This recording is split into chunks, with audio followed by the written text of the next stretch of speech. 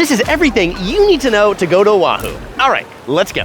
The first thing you should know is just some general information about Oahu. It is the third largest of the Hawaiian Islands, and it's well known for its beautiful beaches, its stunning rainforest, and its world-class surfing. But it's more than just that. It's really a metropolis by the beach. There are over 1 million residents that call Oahu home, and there are high-rises abound, restaurants, shopping. There is a lot of life and energy on Oahu. It is my favorite of the Hawaiian Islands, but then again, Chris is a little bit of a city boy, but I like the city that is by the surf. It is often known as the Manhattan of the Pacific. But even though it's got a big city feel, the island itself is pretty small. 44 miles long and 30 miles wide makes it feel like you can see most of Oahu on a week's trip. You can drive around most of the island in a day, though you'll find there's plenty more to do than just a week's worth of stuff if you want to stay for even longer.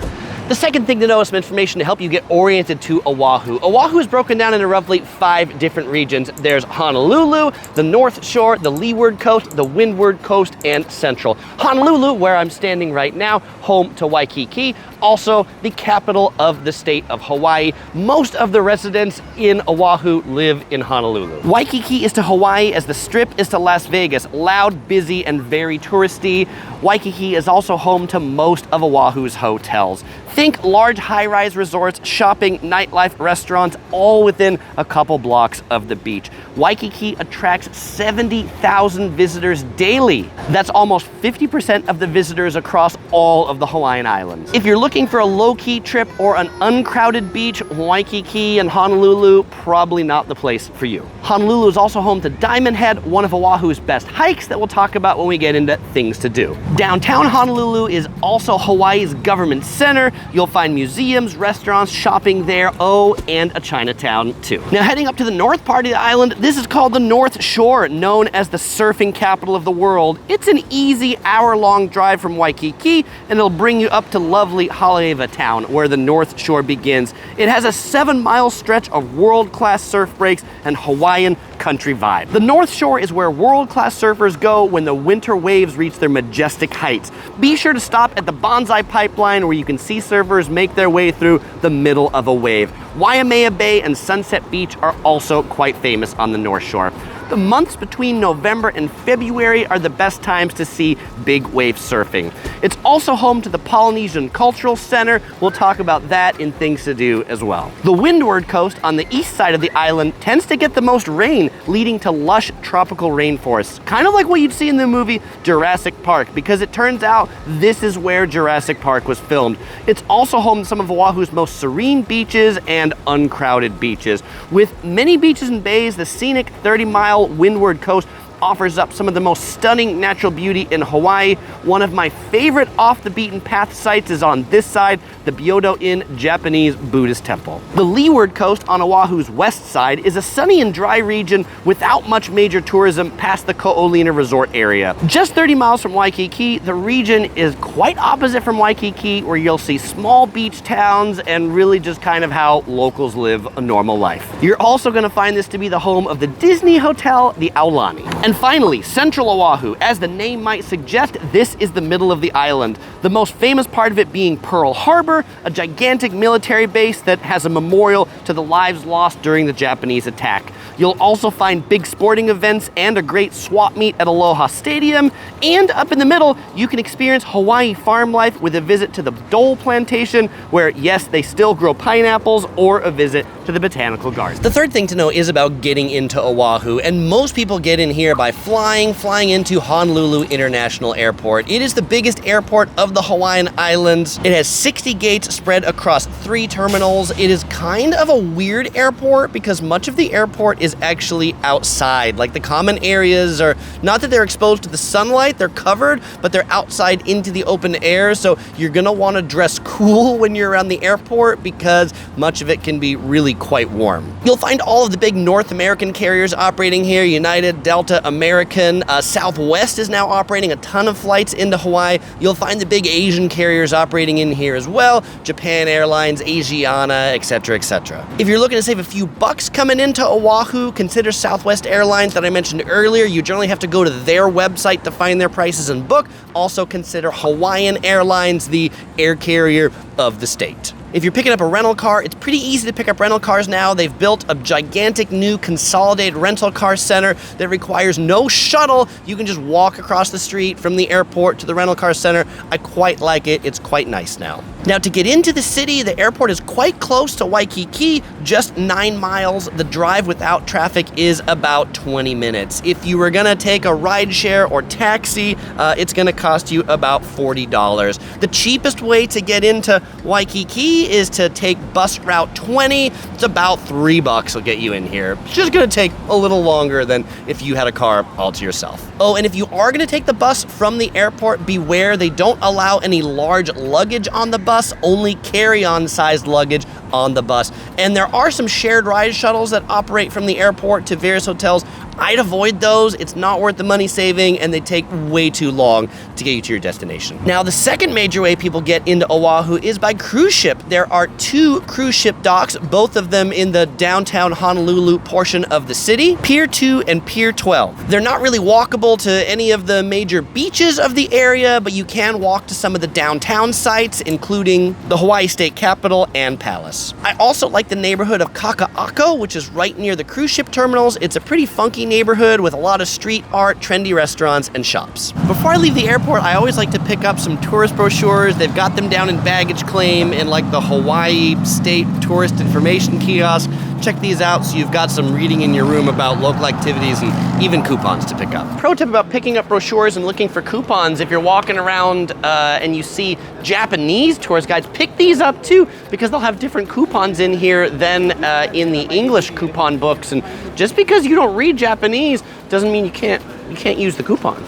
The fourth thing to know is about getting around. And first, let's start with public transport. And yes, there is a train. No, it's not really useful for tourists. It doesn't really go anywhere tourists want to go right now. In 2025, it's supposed to go to the airport. That'll be nice, but it still won't go to Waikiki ever. In like 2030, it's supposed to get near Ala Moana. Anyway, just, if you're watching this like 5 years in the future, the train might be a good option for you. Until then, your other public transportation option is the bus. And the good news is that Oahu actually has a really good bus network, and it is legitimately called The Bus. It is $3 a ride. It covers most of the island. It's just slow.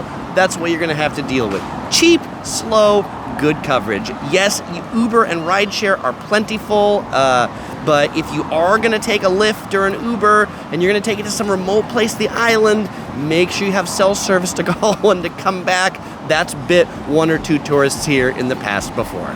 Now, I generally rent a car when I come to Oahu because I'm doing a lot more than just staying around Waikiki in my hotel. I really like to get off the beaten tourist path. For the best prices, I typically rent my car through Costco Travel, and then there are any one of the major rental car companies at the airport rental car center. If you're renting for a long time, the airport usually has the best prices. If you just need a car for a day or two, then consider renting one from your hotel. Like many of these hotels in Waikiki, including the Marriott and the Hyatt and the Hilton Hawaiian Village, all have rental car companies on property. They'll probably cost you twice as much per day as if you rented it from the airport, but if you just need it for one day for a day trip, then you don't have to pay for parking, and so you might be saving yourself some money in the long run just renting the car from the day or two from your hotel and not for your whole stay. Another rental car option is Turo. It is a peer-to-peer car sharing application. It's really popular here on Oahu, particularly in the rental car crisis that happened a couple of years ago during COVID. I personally don't have experience using Turo, but I've heard good things from many of my fellow explorers. Now, however you're getting around, you're going to be getting around on the roads, and you should know that Oahu traffic is epic. It's really bad for morning rush hour. It's even worse for evening rush hour. 3 to 6 p.m. is the worst time to be driving driving, if you're on the H1, the main highway, you'll probably be going 5 or 10 miles an hour. You should also know that when you're driving here, the lanes, they're really narrow. They're much narrower than the rest of the USA because I think there's just not that much land here, and so they've made the lanes narrower to get more cars on. The speed limits are also often quite low. On the highways, there might even be speed limits as low as 35 miles per hour.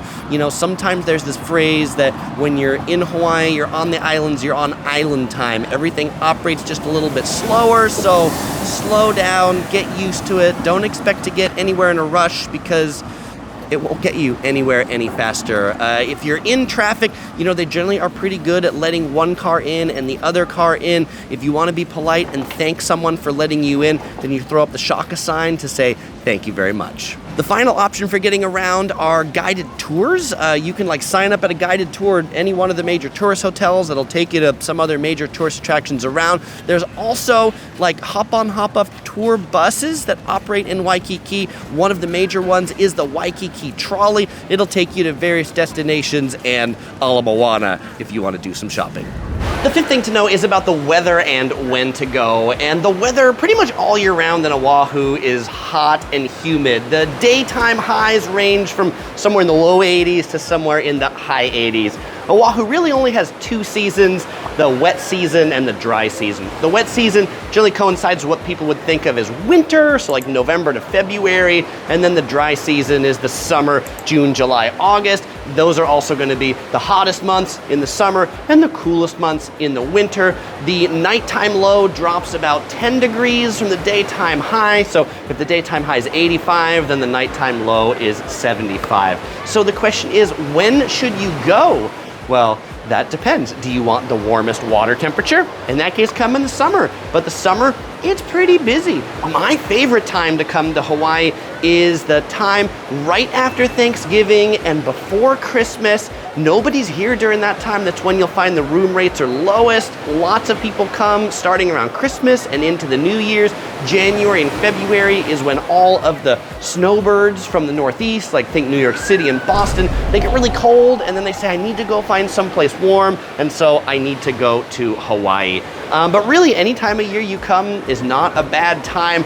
It does, even though there's a rain and a dry season, it rains all the time. So do bring an umbrella when you come because you might need it. But the rain usually isn't a torrential rain out all day unless you're here when there's a tropical storm. If you do see a tropical storm forecast where it's just going to be deluging on the island, you might want to reconsider your trip because if it's constant rain, constant wind, you're not really going to enjoy sitting out by the beach. Oh, by the way, where is this view?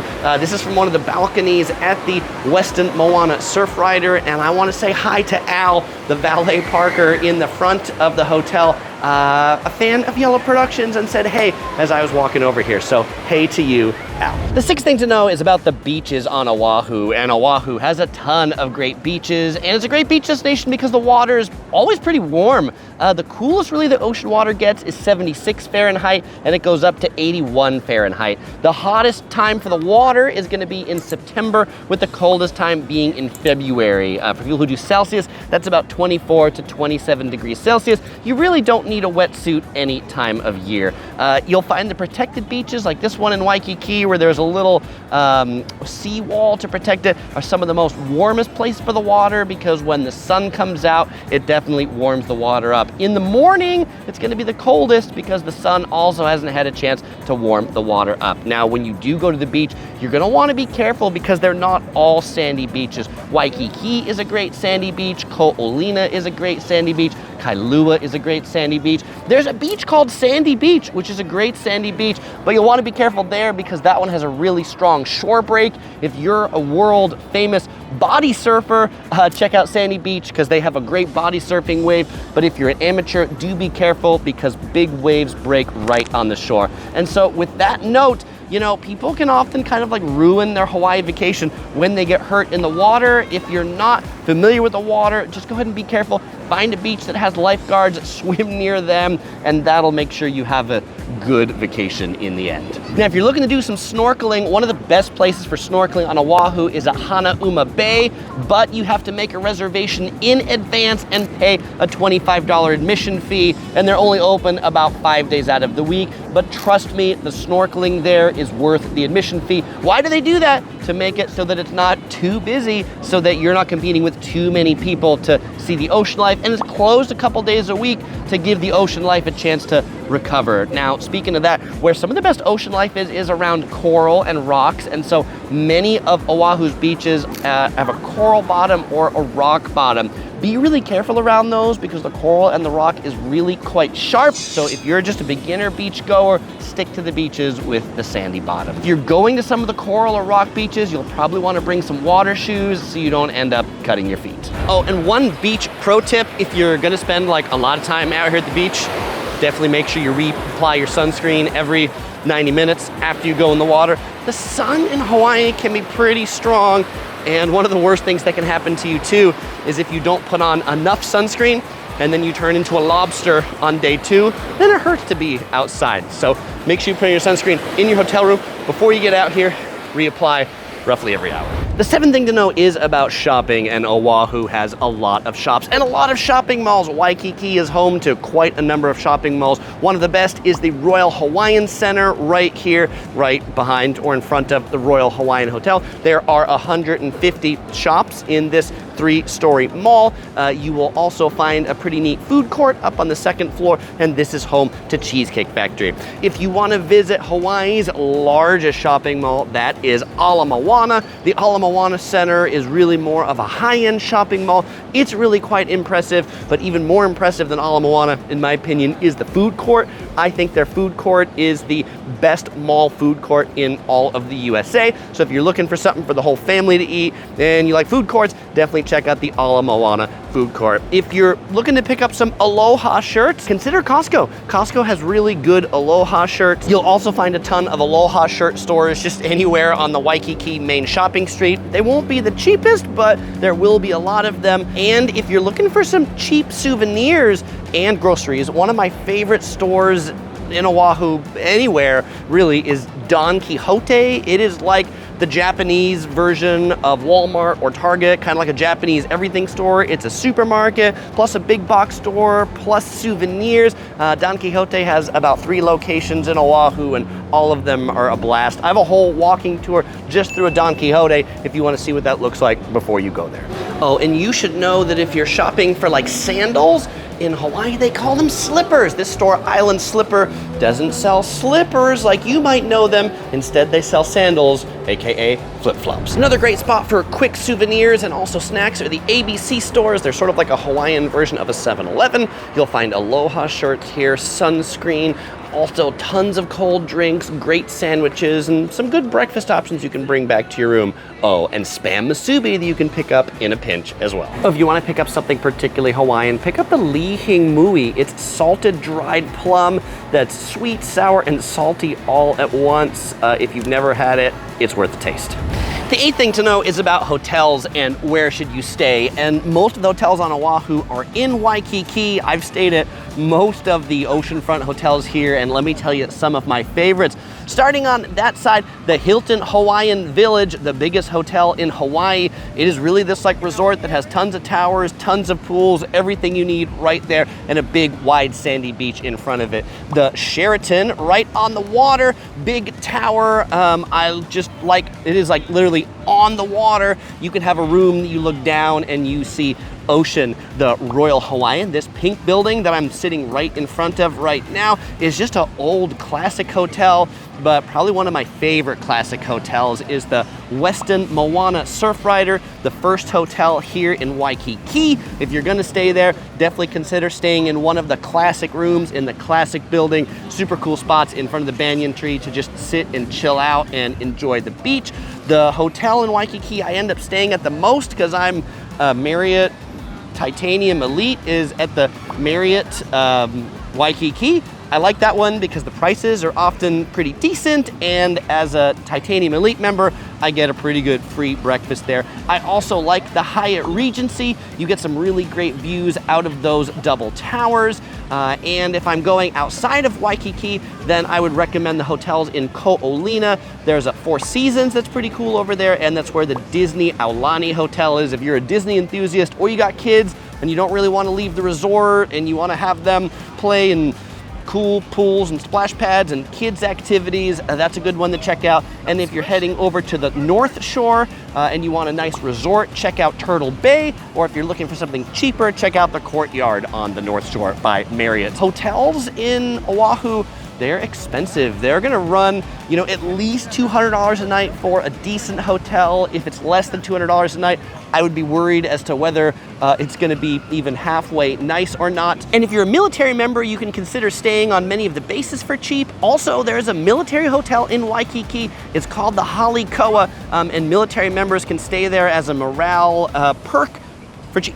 Now we're on to my favorite section. Let's talk about food on Oahu. And Oahu, I think, has the best food of all of the Hawaiian Islands because it's the city and so many different cultures have immigrated into here, making a really unique food scene. But before I get to the immigrated foods that have come in here, let's start with some Hawaiian treats that you might want to get. One of the Hawaii specialties is the plate lunch, and one of the classic places to get it is Zippy's, which is where I'm at right now. Zippy's has about 20 locations on Oahu. This one is the Nimitz Highway location that I like to stop at going or coming from the airport because it is quite near the airport. And what do they specialize in here? Well, plate lunches typically have some rice, some macaroni salad, and then some proteins. Today I've got the mixed plate, which comes with their chili, which has beans, chicken katsu, and also some teriyaki beef down under there. And of course, served with the Aloha soy sauce.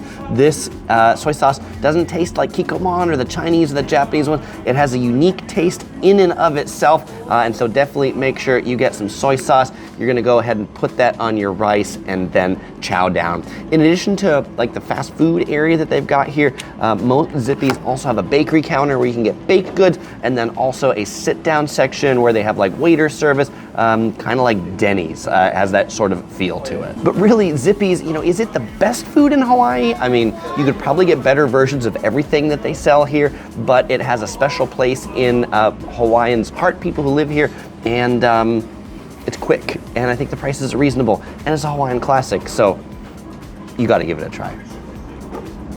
Oh, and Zippy's is open like nearly all the time. Now, another really solid bakery and frankly meal option right next to that Zippy's on Nimitz Highway is Lily Ha Bakery. They've got a few other locations across Oahu, but they specialize in their bakery. I really like their cream puffs. They come in a whole bunch of different flavors, and their danishes. You can also get breakfast, lunch, and dinner, Hawaiian diner style food here too. So when you're in Oahu, you should definitely get the garlic shrimp, and we're here at Giovanni's, which I think is like the king of garlic shrimp in Oahu. They've got two locations, the original shrimp truck on the North Shore, and then this one, which is in the H Mart in Kaka'ako. I like this one the best because it's close to the airport and close to Waikiki. For $16, you get the shrimp scampi plate that has shrimp with the peels on, garlic on top of the rice, and the way you eat this rice again is with the Aloha soy sauce. Peel it, open it up, and soy sauce right on top of the garlic. All right, and some people tell me that they just eat the whole shrimp with the peel on. I like to peel it because I'm not a peel eating kind of guy, and then just go ahead and pop this delicious shrimp morsel right in here. It's good. It's garlicky. Like some garlic shrimp, you get places that aren't legitimate. You can't taste the garlic at all. And then for true garlic fiends like me that like to keep the vampires away, it's on top of the rice. Delicious. Now let's talk about some of the imported cuisine into Oahu, and one you're gonna find a lot of is Japanese food, because there's a lot of Japanese immigrants that have moved here, many of them second, third, even fourth generation on Oahu, and there's a lot of Japanese tourists, and so they like their Japanese food while they're here. One of my favorites is Tonkatsu Ginza Byron in Waikiki. This place serves breaded fried pork cutlet, super delicious. I got a whole video review on this place if you wanna see more. Oh, and two spots to check out for dessert after that katsu is Shave Ice at Lahaina Shave Ice right next door. For some of the best burgers on the island, check out Kua'aina Sandwich. This is in historic Haleiwa Town on the North Shore. They come in 1/3 and half-pound options. Definitely get it with avocado and bacon on top. Another great option is Teddy's Bigger Burgers. They've got a few more locations central into Honolulu. If you're heading over there, make sure to get one with pineapple and peanut butter. Now, after that burger from Kua'aina or Teddy's, both actually in Haleiwa Town, you'll want some dessert. And the classic dessert to get here is Shave Ice from Matsumoto. They've been serving Shave Ice here for nearly 70 years, and it's pretty reasonable prices. About $4 to get you a small bowl of shaved ice. You pick your syrups that you want on top.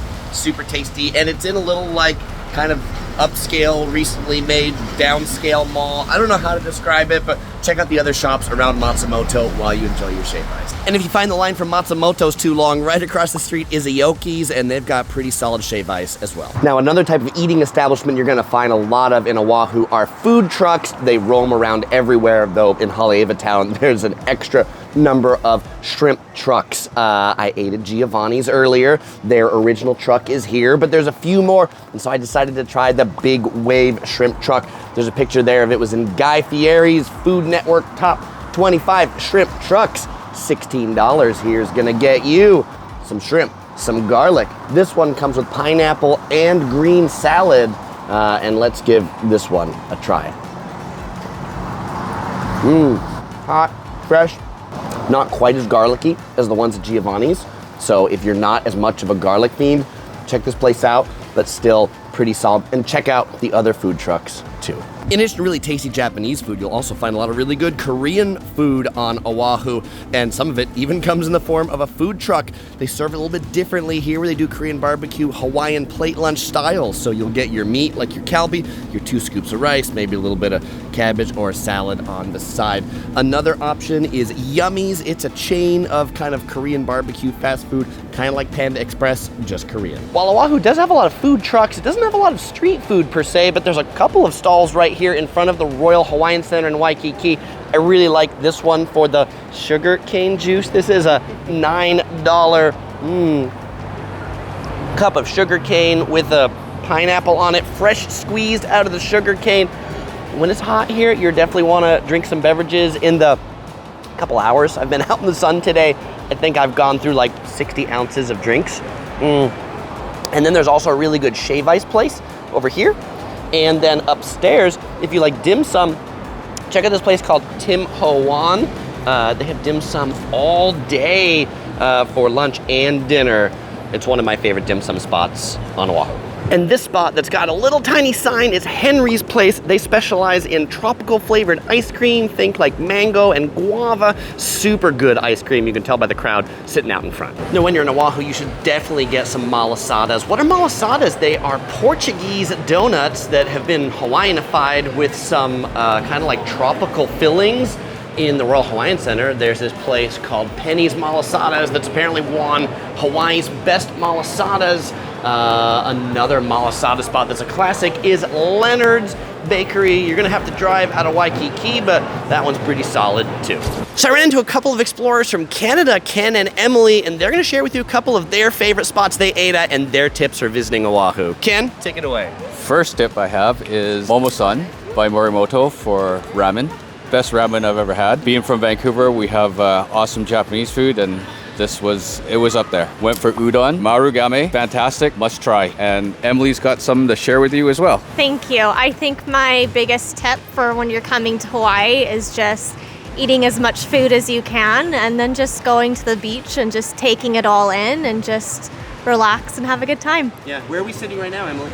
We are sitting right near Waikiki Beach on the lovely rocking chairs on the surf rider. So, gorgeous day. Thank you very much. Thank you. And the 10th thing to know is for things to do on Oahu besides going to the beach. All right, I've got 5 of them for you. One of my first favorite things to do visiting Oahu besides going to the beach is going for a hike. And one of my favorite hikes to do is Diamond Head. It's that volcanic crater that you can see from Waikiki. Because this is one of Oahu's most popular hikes, you do have to make a reservation. It costs $5 a person and $10 per car. You can make them 30 days ahead. It is a short but deceivingly difficult hike.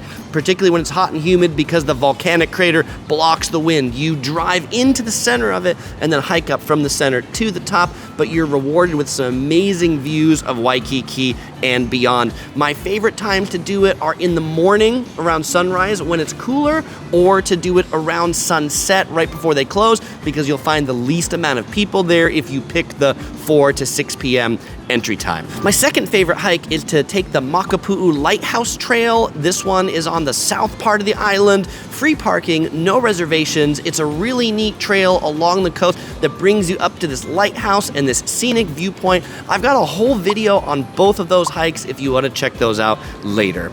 Now, the second thing to do potentially is to go for a luau. I get this question all the time about, Chris, what's your favorite luau on Oahu? And I've been to a lot of them, and honestly, none of them are my favorite. I mean, like, wherever you go, they're about the same, in my opinion. They're pretty touristy design things where you get some food, usually on a buffet, and then you get some dinner, dancing, entertainment, fire dancing, that sort of stuff. If there's one at or near your hotel, just go ahead and do that. What I'd really recommend you do, though, maybe even instead of the luau, is to visit the Polynesian Cultural Center. It is just on the tip of the North Shore in Laie, and this place is like a Polynesian-themed amusement park, really focused on shows and understanding Pacific Islander culture.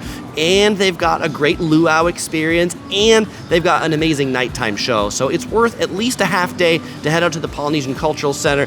Definitely stick around for the nighttime show. That show with fire dancing and Polynesian dances is way better than what you're gonna see in any other luau around Waikiki or around your hotel. The third thing you should do, particularly if you want to get off the beaten path, is check out the Byodo Inn. This is a replica of a Japanese temple in Japan. Well, this temple is on Oahu, but the original temple is in Kyoto, Japan. And it's just super cool to be in Hawaii with this backdrop of the Jurassic coast of the island, and this neat Japanese temple, like down to the wood beams. It looks just like the one in Japan. The fourth thing you should do, and this is definitely on the beaten path, is in Waikiki to walk the main street at night. It is very different at night than in the day. In the daytime, it's kind of hot and everybody is either going or coming to the beach, but at nighttime, like when the torches come on and the lights come on, Waikiki turns into like an all-out party. So definitely make sure you allocate a couple hours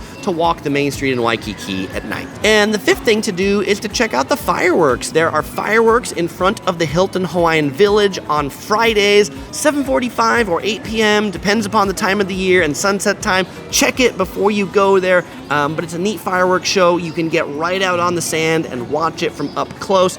That's definitely worth checking out. And the last thing to know is I've got a ton more videos on Hawaii. You'll find links up here on the screen. If you're heading to Oahu, check out my Oahu guide right here, where we'll dive even deeper on this island, but I've got videos on the other islands and more. As usual, I won't say goodbye because I'm gonna see you in one of those videos.